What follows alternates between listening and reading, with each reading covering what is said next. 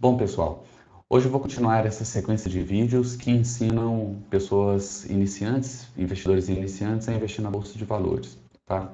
Para quem não me conhece, meu nome é Daniel, eu sou trader e investidor desde 2014, já tenho 6 anos aí de experiência na Bolsa, e eu decidi gravar essa série de vídeos para ajudar pessoas que estão começando agora a investir na Bolsa, a saber qual a melhor forma de começar, com menos risco, com menos exposição, sabendo o que estão fazendo, com mais confiança, ok? Hoje eu vou falar sobre as principais formas de investir na bolsa. Se você já procurou em algum site ou mesmo no Google, com certeza você já se deparou com termos como swing trade, day trade, né, ou buy and hold, esse tipo de coisa. E são muitos termos e são muitas formas de se investir na bolsa, mas qual que é a diferença entre elas? Qual que é a melhor? Geralmente quem está começando sempre faz essa pergunta, né? Qual que é o melhor deles? Eu quero o melhor, né? Ou qual que dá mais lucro, né? E aqui a gente vai comentar de 5 maneiras de se investir, são as 5 mais comuns, existem outras, ok? Essas são as 5 mais comuns. E nós vamos ver que cada uma delas tem prós e tem contras. Não existe aquela maneira de investir que é a melhor de todas, tá? Isso está muito ligado ao perfil de cada pessoa. Você analisa os prós e contras de cada um e vê qual se encaixa melhor no seu perfil. Algumas vão gastar mais tempo, outras menos, algumas têm mais risco embutido nas operações, outras menos. Então aqui eu acho que no final desse vídeo você vai ter uma boa noção de cada uma dessas formas e vai poder escolher aquela que é melhor para você. Bom, nessa tela eu coloquei aqui 5 formas de investir: buy and hold, carteira mensal, position trade, swing trade e day trade. Essa seta aqui, ela tem 2 sentidos, né? A primeira pergunta é: por que existem tantas formas? Existem tantas formas porque não existe uma que é perfeita em tudo, não existe uma que é melhor em tudo. Por isso existem tantas formas de se investir. Se houvesse uma que fosse melhor em tudo, as outras não existiriam, né? Ninguém seria burro de colocar dinheiro ou investir de outra forma, tá? Mas cada uma tem suas vantagens e desvantagens. Isso aqui eu criei uma escala. Essa escala não é para levar muito ao pé da letra, não, tá? É mais para você ter uma noção de onde cada uma se encaixa. Quanto mais à esquerda dessa escala, né, a gente pode ver aqui embaixo, ó, menos difícil ou mais fácil seria o tipo de operação. Eu não acho que investir em bolsa é fácil, muito fácil, então eu colocaria menos difícil mesmo. E quanto mais para a direita, mais difícil, tá? Então vamos olhar aqui na direita. Quanto mais à direita, mais difícil é o tipo de operação, ok? Ou seja, existe mais estudo, existe mais experiência, tá? Mais trabalho, você vai gastar. Esse trabalho aqui é trabalho com operações. Você vai gastar mais tempo na frente do computador, do home broker, operando, tá? Quanto mais à direita também, mais risco você vai estar correndo, mais dinheiro vai estar sendo colocado. Eu não gosto muito desse termo, mas está sendo colocado mais dinheiro em jogo, que são operações mais arriscadas, tá? São operações que exigem mais tempo de dedicação, tá? Você vai ter que estudar mais, gastar mais tempo na frente do computador, são operações mais complexas, mais difíceis, tá? Mas o que compensa todo esse trabalho, todos esses pontos negativos, todos esses contras? É o potencial de ganho, ok? Potencial de ganho. Quanto mais à direita, maior o potencial de ganho das operações. Só para você ter uma ideia, em termos percentuais, pode-se dizer que o que um buy and hold consegue em um ano, um day trader pode conseguir em uma semana ou mesmo em um dia, tá? Em termos percentuais.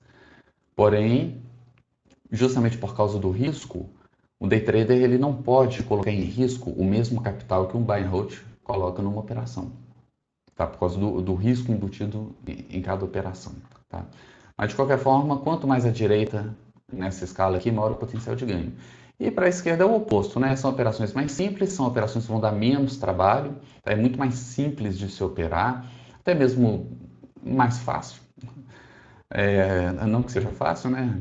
Repetindo, à esquerda, tá? Menos risco, tá? A chance de você perder dinheiro é menor, tá? O tempo de dedicação necessário para você investir, para você fazer operações é bem menor, à medida que você vai andando na escala para a esquerda, tá? E o custo de tudo isso aqui é o potencial de ganho, tá? O seu potencial de ganho vai ser menor. É claro que muita gente vai Eu sei que muita gente vai discordar de mim, dizendo, mas tem muito mais pessoas bem-sucedidas no buy and hold do que como day trader. De fato, tá? Justamente porque é mais simples. Mas se você pega um bom day trader e compara com um bom buy and hold, tá? O day trader ele faz muito mais dinheiro. Ele faz muito mais dinheiro, tá? Em termos percentuais. Sempre estou trabalhando com termos percentuais, ok? Bom, vamos falar então um pouquinho de cada uma delas. Começando aqui do buy and hold, tá? O buy and hold é uma estratégia, geralmente ela é feita utilizando análise fundamentalista. Pelo menos eu nunca vi alguém usando outro tipo de análise que não fosse fundamentalista. Eu vou gravar um outro vídeo também falando sobre os tipos de análise, ok? Aqui são tipos de investimento. Eu vou gravar um outro falando sobre tipos de análise fundamentalista, análise técnica, gráfica, análise de fluxo, análise quantitativa, tem vários tipos de análise. Tá? Buy and hold geralmente fazem análises fundamentalistas, que basicamente é analisar o balanço das empresas. As empresas usualmente publicam seus balanços a cada trimestre, então você tem 4 balanços no ano para avaliar. E de acordo com os dados deste balanço, você escolhe investir e não apenas desse balanço, mas do histórico de balanços dessa empresa, você escolhe se vale a pena investir nessa empresa ou não. Tá? Quais são as vantagens dessa estratégia? Forma mais simples de investimento, de todas elas é mais simples, ok? Ideal para quem não tem tempo. Não se publicam balanços diariamente. Como eu disse, são trimestrais. Então você só vai após comprar uma empresa, né, ações de uma empresa, você só vai voltar a olhar aquilo geralmente daqui a 3 meses, quando vier o próximo balanço, para conferir se a empresa continua boa ou se aconteceu alguma coisa de diferente naquela empresa. Então é muito simples. De longe é a forma mais simples de se investir, tá? Pode-se pegar toda a alta de uma ação. Isso daqui é uma vantagem muito boa, talvez a melhor vantagem do buy and hold, porque, veja só, as empresas, uma boa empresa, ela não se torna uma empresa ruim do dia para a noite, tá? Isso não acontece num piscar de olhos, tá? Normalmente não. Então, se você avaliou, viu que a empresa é boa e tem um histórico bom e você compra ações daquela empresa, você não vai vender baseado em ruídos de mercado que aparecem todo dia nos jornais, na mídia. Não, desde que os fundamentos permaneçam sólidos, você vai manter aquela posição ali. Então, por causa disso, você pode pegar um longo período de alta das ações daquela empresa. E aqui eu até citei alguns exemplos aqui, Magazine Luiza, que é um exemplo clássico, né? Esse aqui é o gráfico de preços da Magazine Luiza. Nós vemos que aqui teve um fundo aqui no final de 2015 e a partir de 2016 subiu. Essa alta, se a gente for medir ela desde o fundo até hoje, nós tivemos impressionantes 64.299% aproximado, né, de alta, o que dá 64 vezes o seu patrimônio.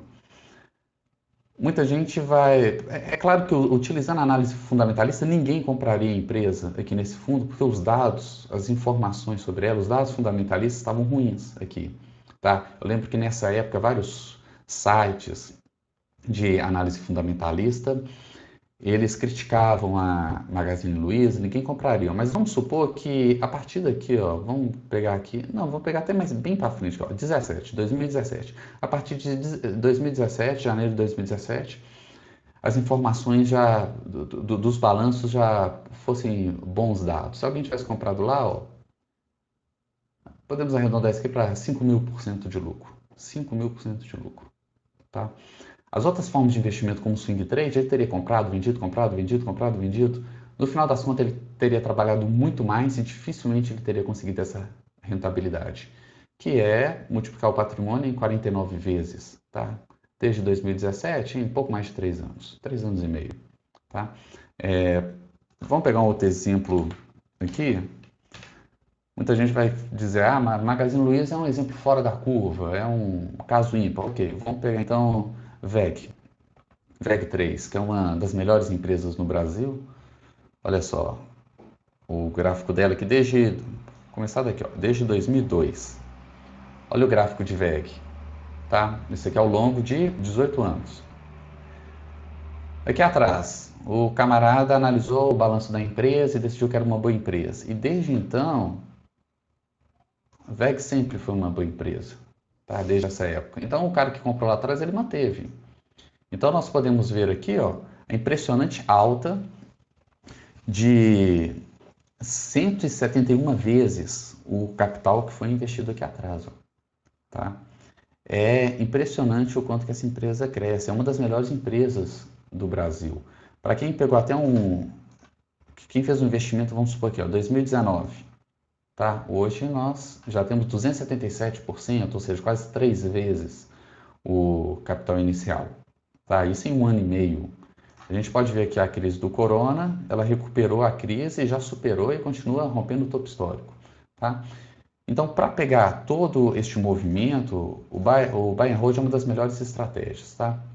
Eu poderia pegar muitos outros exemplos aqui. Se você compra uma boa empresa, sabe analisar e compra, você compra e esquece, tá? Você esquece entre aspas, tá? Todo o balanço você acompanha, você lê, você olha os dados para ver se continua sendo uma boa empresa. Bom, como nem tudo é perfeito, tem seus contras. Quais são os contras do buy and hold? Geralmente, preço antecipa fundamentos. O que quer dizer isso? O buy and holder, ele vende as ações, ele se livra das ações quando aquela empresa deixa de ser uma boa empresa. O problema é que a cotação cai antes do resultado sair nos balanços, tá? Um exemplo recente foi a Cielo. Eu me lembro que as ações da Cielo começaram a cair. Olha só, Cielo tem um histórico fantástico, tá? Mas aqui desde meados aqui de 2015, a ação não saiu do lugar, tá? E a última vez que ela atingiu uma cotação alta aqui foi no início de 2018. Então ela começou a cair. Passou 2018 todo caindo. E eu lembro que ao longo de todo o ano de 2018, as pessoas diziam assim: Cielo está em promoção, Cielo está em promoção, vamos comprar, estou aproveitando para comprar mais, tá? E aí ela caiu, só desse topo aqui até início de janeiro, caiu aí mais ou menos 60%. Então quem estava comprado em Cielo, só em 2018 perdeu 60% do patrimônio. Em 2019 eu vi algumas pessoas começarem a questionar, dizendo, não, esse balanço não está tão bom, mas muito buy and holder manteve, não apenas manteve comprado, como aumentaram suas posições, tá? E aí, quando isso aqui chegou cá embaixo, 70% de queda, aí que houve uma mudança assim, no meio dos buy and holders, a maioria admitiu que o balanço estava ruim, que agora os números não eram mais os mesmos e decidiram sair da operação. Tá? Aqueles que ainda insistiram, amargaram aqui, se a gente pegar a crise do corona, amargaram 85% de queda. Tá? 85% de queda do patrimônio. Então, assim, é uma queda muito grande, não é para muitos. Então, se por um lado você não está sujeito ao ruído do mercado para vender o papel, por outro lado, você acaba segurando durante muito tempo, porque os preços, eles antecipam os balanços. Porque quem faz o preço são os grandes players do mercado. Geralmente os fundos de ações, fundos de investimento. E os gestores de fundos, eles acompanham bem de perto a empresa, eles conseguem ver que a empresa não está indo bem antes mesmo desses dados saírem no balanço. Eles têm acesso direto aos CEOs da empresa, então eles conseguem ver isso antes, então eles desmontam a posição. Ou desmontar a posição, isso faz os preços cair. Tá? Mas a gente só vai perceber isso quando o preço cai ou quando é divulgado o balanço. Um outro contra também do buy and hold é que é necessário disciplina para não vender nas crises. Tá? Mesmo pegando uma boa empresa, vamos voltar lá para a VEG, para o caso da VEG, tá? Uma das melhores empresas do Brasil. Se a gente pegar essa crise desse ano, do corona, olha, do topo ao fundo, a empresa chegou a cair 50% do patrimônio.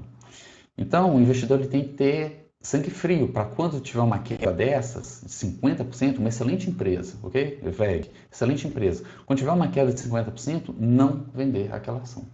Se manter nela posicionado e talvez até fazer mais aportes, tá? E não é todo mundo que tem esse sangue frio, tem essa disciplina para fazer isso. Muita gente desespera e vende aqui e depois perde essa alta aqui, ó, para 160% em poucos meses. Tá? Então, é uma estratégia que exige sangue frio para a pessoa não desesperar numa crise, tá? E vender.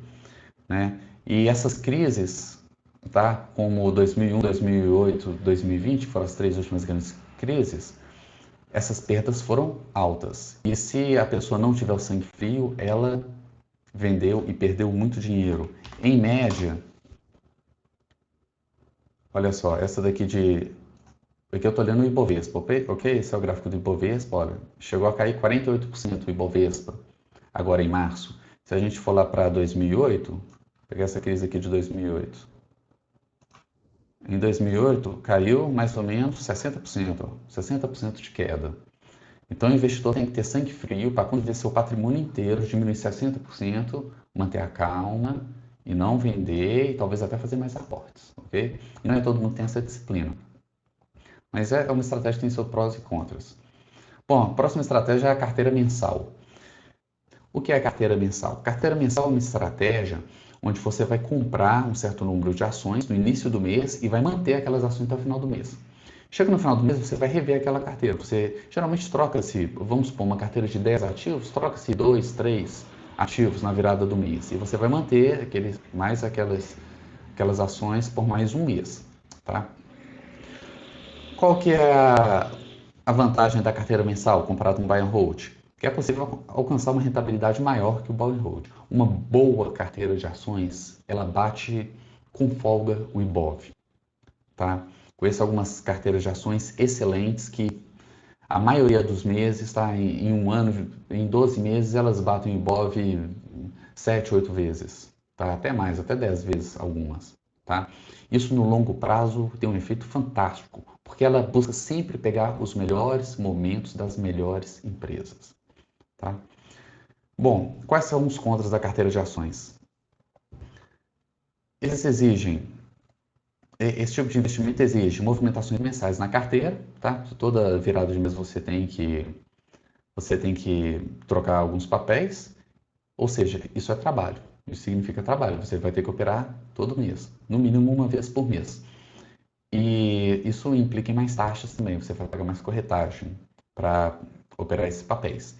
E exige mais conhecimento que o buy and hold. Geralmente, carteira de ações é uma combinação de buy and hold com análise técnica. Alguns colocam fluxo, outros fazem análise quantitativa. Eu, pessoalmente, eu gosto muito dessa estratégia de carteira mensal. Eu faço uma combinação de análise fundamentalista com análise quantitativa. Na minha opinião, é uma das melhores maneiras de se investir. Bom, o próximo é o Position Trade. Okay? A partir daqui, nós entramos na categoria do trading. Na verdade, quando a gente diferencia um investidor de um trader, um investidor de um trader, basicamente o que a gente está falando é de questão de tempo. Quando a gente diz investidor, é alguém que faz aportes para longo prazo, e o trader é alguém que faz aportes para curto prazo. Tá? O position trade, ele não é tão comum, não é tão comum quanto as outras formas de investimento apresentadas aqui, tá?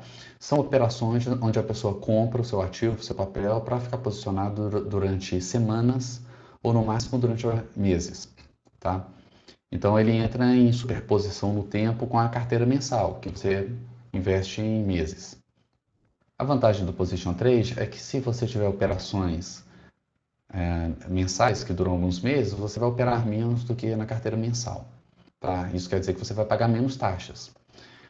O contra é que geralmente esse tipo de estratégia a pessoa faz utilizando análise técnica. Então exige conhecimento de análise técnica para fazer operações de position trade. Então exige um pouco mais de conhecimento do que uma carteira mensal. Tá? Eu particularmente vejo pouca pessoa operando essa modalidade. A próxima é o swing trade. Swing trade é um dos meus favoritos, tá?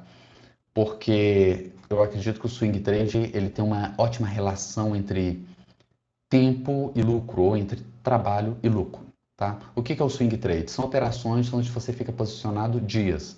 Você compra um papel hoje para vender daqui a 3 dias, daqui a 4 dias, daqui a 2 dias, às vezes até no dia seguinte, tá? Então são operações que não são operações longas, só de alguns dias. E tem alto potencial de lucro. Você consegue, dá para fazer um bom percentual mensal aqui, investir no swing trade. E não é necessário dedicação integral, ou seja, você não é obrigado a largar o seu emprego, a sua empresa para se dedicar ao swing trade. Você pode, no horário comercial, trabalhar lá com o seu emprego normalmente e no final do dia à noite você faz análise de mercado. E você simplesmente posiciona suas ordens de compra ou de venda na abertura ou no fechamento do mercado. Eu acho bem vantajoso esse tipo de operação, tá? E é o que eu recomendo para quem quer iniciar a carreira como trader. Agora, quais são os contras? São operações de alta complexidade comparado às estratégias que a gente viu antes, as modalidades que a gente viu antes, tá? Sempre que eu digo alto ou baixo, é comparado com alguma coisa, tá? Nesse caso aqui eu estou comparando com as anteriores. Ela é de alta complexidade comparado com as modalidades anteriores. São operações diárias, o que quer dizer que exige mais trabalho. Todo dia você tem que olhar o mercado, todo dia, tá? E por ter mais operações, você vai operar praticamente todos os dias, você vai pagar mais taxas para a corretora, para a bolsa. Então tem um custo de operação bem maior que as outras modalidades, tá? E um outro problema também é a possibilidade de gaps que pulam os stops. O que é isso? Quando a gente abre uma operação, a gente coloca um stop, que é o máximo que nós estamos dispostos a aceitar de perda naquela operação. Porém, no caso do swing trade, às vezes pode acontecer do mercado abrir com um gap de baixo, ou seja, num valor muito mais baixo do que o normal, do que a média. E aí, o preço daquela ação, ele pode já abrir, já na abertura, começar a ser negociado num valor muito mais baixo do que o stop que a gente colocou. Então, o nosso stop é pulado. E aí a gente chega a ter perdas muito maiores. Por exemplo, um caso clássico, né, que prejudicou muita gente foi o famoso Joesley's Day. Se eu não me engano, em maio, 17 de maio de 2017, se eu não me engano. E nesse dia a bolsa abriu já com uma queda, se eu não me engano, de 10% de queda. Então imagina, você monta sua operação lá, coloca lá um stop de 1,5% ou 2% na operação. Tá? Um stop aí comum para swing trade. E então você vai ligar lá a sua plataforma e descobre que a bolsa já abriu com 10% de queda. E aí seu prejuízo foi de 10%. Você que estava se preparando para 1,5% ou 2%. Tá? Isso é um tipo de coisa que pode acontecer.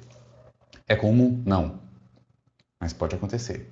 Tá? Então é um dos maiores riscos do swing trade. Eu mesmo tomei vários stops nesse dia. Eu tinha várias posições de swing trade no dia do Joesley, da delação do Joesley. E eu tomei um stop grande assim também. Nessa época eu operava no exterior e eu tinha ações do Facebook. E o Facebook, eu lembro que o Facebook abriu, se eu não me engano, com 20% de queda. Saiu um balanço terrível lá, ele publicou um balanço terrível e as ações já abriram com 20% de queda. E era muito acima do stop que eu tinha colocado. Então é um risco. É um risco a se correr. Existem maneiras de mitigar esse risco, mas isso aí já é outra história, tema para outro vídeo. E finalmente a gente vai para o queridinho aqui, de muita gente, que é o day trade. Bom, a grande vantagem do day trade é o altíssimo potencial de lucro, tá? Potencial de lucro, eu estou dizendo em percentual, tá? Um day trader, é possível dele fazer 50% de lucro em um mês, tá? Algo que é impossível em qualquer outra modalidade, tá? 50% de lucro em um mês. Eu estou dizendo 50% em cima do capital destinado ao day trade, ok? Capital destinado ao day trade, tá? E geralmente a gente vê muita propaganda em cima disso. Só que eles não divulgam outros detalhes, por exemplo, que esse 50% não é todo mês, não é sempre. O cara pode conseguir 50% em um mês e no mês seguinte ele pode quebrar, porque alguém que consegue 50% em cima de um capital em um mês, ele está correndo um risco muito alto, ele está se alavancando e correndo um risco que ele não deveria correr, um risco que não é sadio. Então, a falência é só questão de tempo, ok? Outra coisa que eles não falam é que um bom trader, ele não coloca todo o seu capital em day trade. É loucura fazer isso. Tá? Eu vejo muito iniciante pegando todo o dinheiro que tem, às vezes o dinheiro de uma rescisão de contrato de trabalho e colocando tudo em day trade. Isso é loucura. Tá? Isso é loucura. A pessoa não tem noção do perigo que ela está correndo, do risco que ela está correndo. Tá? Então, percentualmente falando, não há nada que tenha maior potencial de lucro. E repare que eu escrevi potencial, porque pode ter o lucro ou não, tá? Potencial de lucro do que o day trade. Não existe nada que se compara com isso. Mas, por outro lado, a gente vai ver que existe uma lista de contras aqui muito mais numerosas. Bom, a gente pode elencar aqui o altíssimo nível de dificuldade, tá? Nada também é tão difícil quanto um day trade, nada.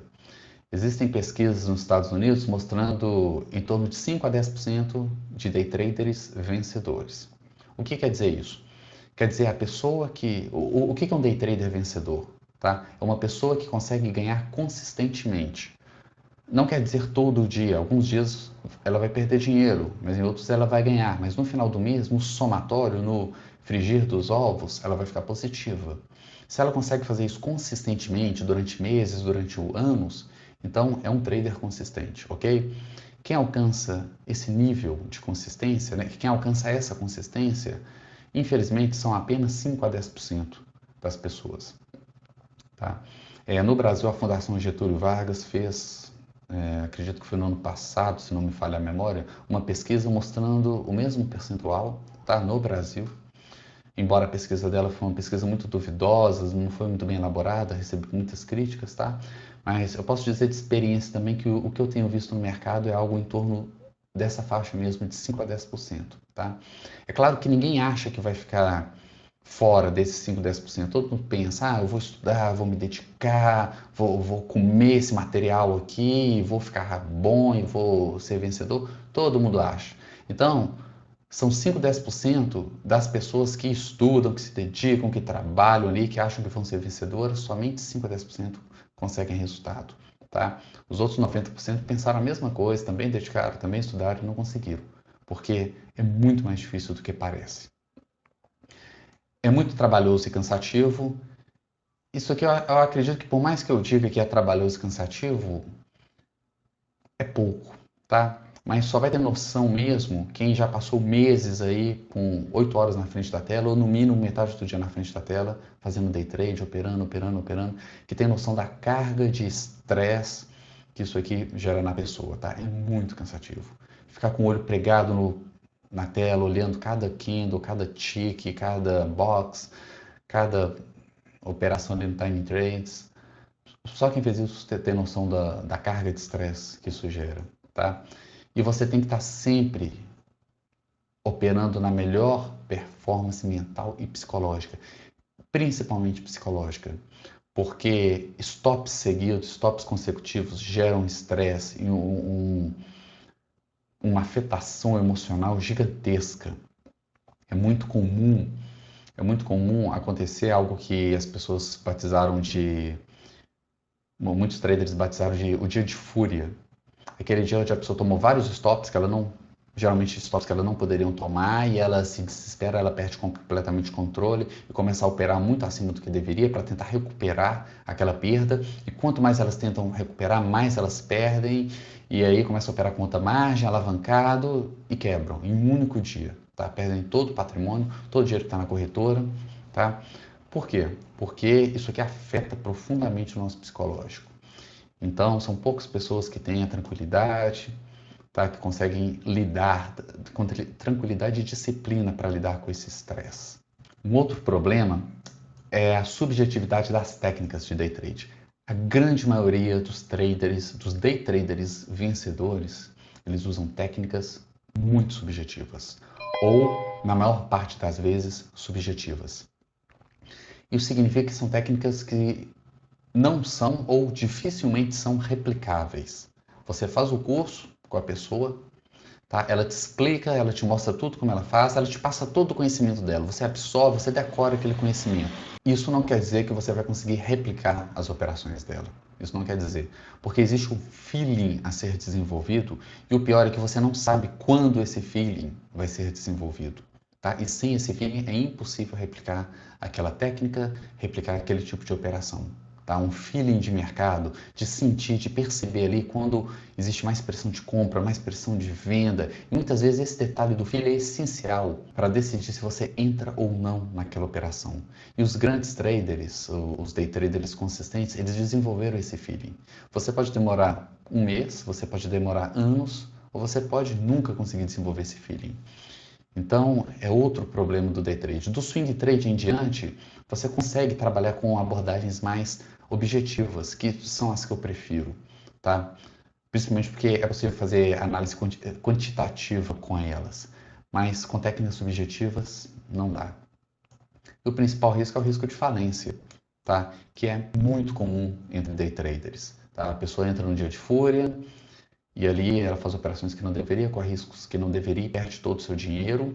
E infelizmente, tristemente, existem casos de pessoas que após perderem tudo, pegaram dinheiro emprestado com cônjuge, com amigos, com parentes, pegaram esse dinheiro, colocaram no mercado para tentar recuperar o que tinham perdido e perderam o dinheiro do parente, e pegaram mais dinheiro emprestado, e foram no banco, e foram a tudo quanto é lugar, pegaram mais dinheiro, colocaram mais dinheiro no mercado para tentar recuperar e perderam de novo, porque quando você está afetado emocionalmente, você não consegue fazer uma boa análise, isso é fato. Existem muitos estudos mostrando isso, tá? Isso é fato. E no final, algumas dessas histórias, infelizmente, acabaram em suicídio. Então, é uma estratégia muito arriscada. Eu não recomendo ninguém começar com day trade. No máximo, eu recomendaria no swing trade. No máximo, procurando técnicas objetivas, que são as que eu vou dar foco nesse canal, com análise quantitativa. Se você conseguir ser consistente como swing trader, aí então você começa a se aventurar no mundo do day trade, ok? Se ficou mais alguma dúvida sobre qualquer uma dessas formas de investimento, se você quer saber mais alguma coisa, eu peço, deixa aí sua dúvida aí nos comentários, vou ter o maior prazer em responder. Se algum ponto aqui não ficou claro dessa explicação. E se esse vídeo você acredita que te ajudou de alguma forma, esclareceu a você como investir na bolsa, eu peço que curta o vídeo, compartilhe esse vídeo, se inscreva no canal. Eu vou gravar outros vídeos continuando, cada vez aprofundando mais no mercado. E por hoje é isso. Até mais.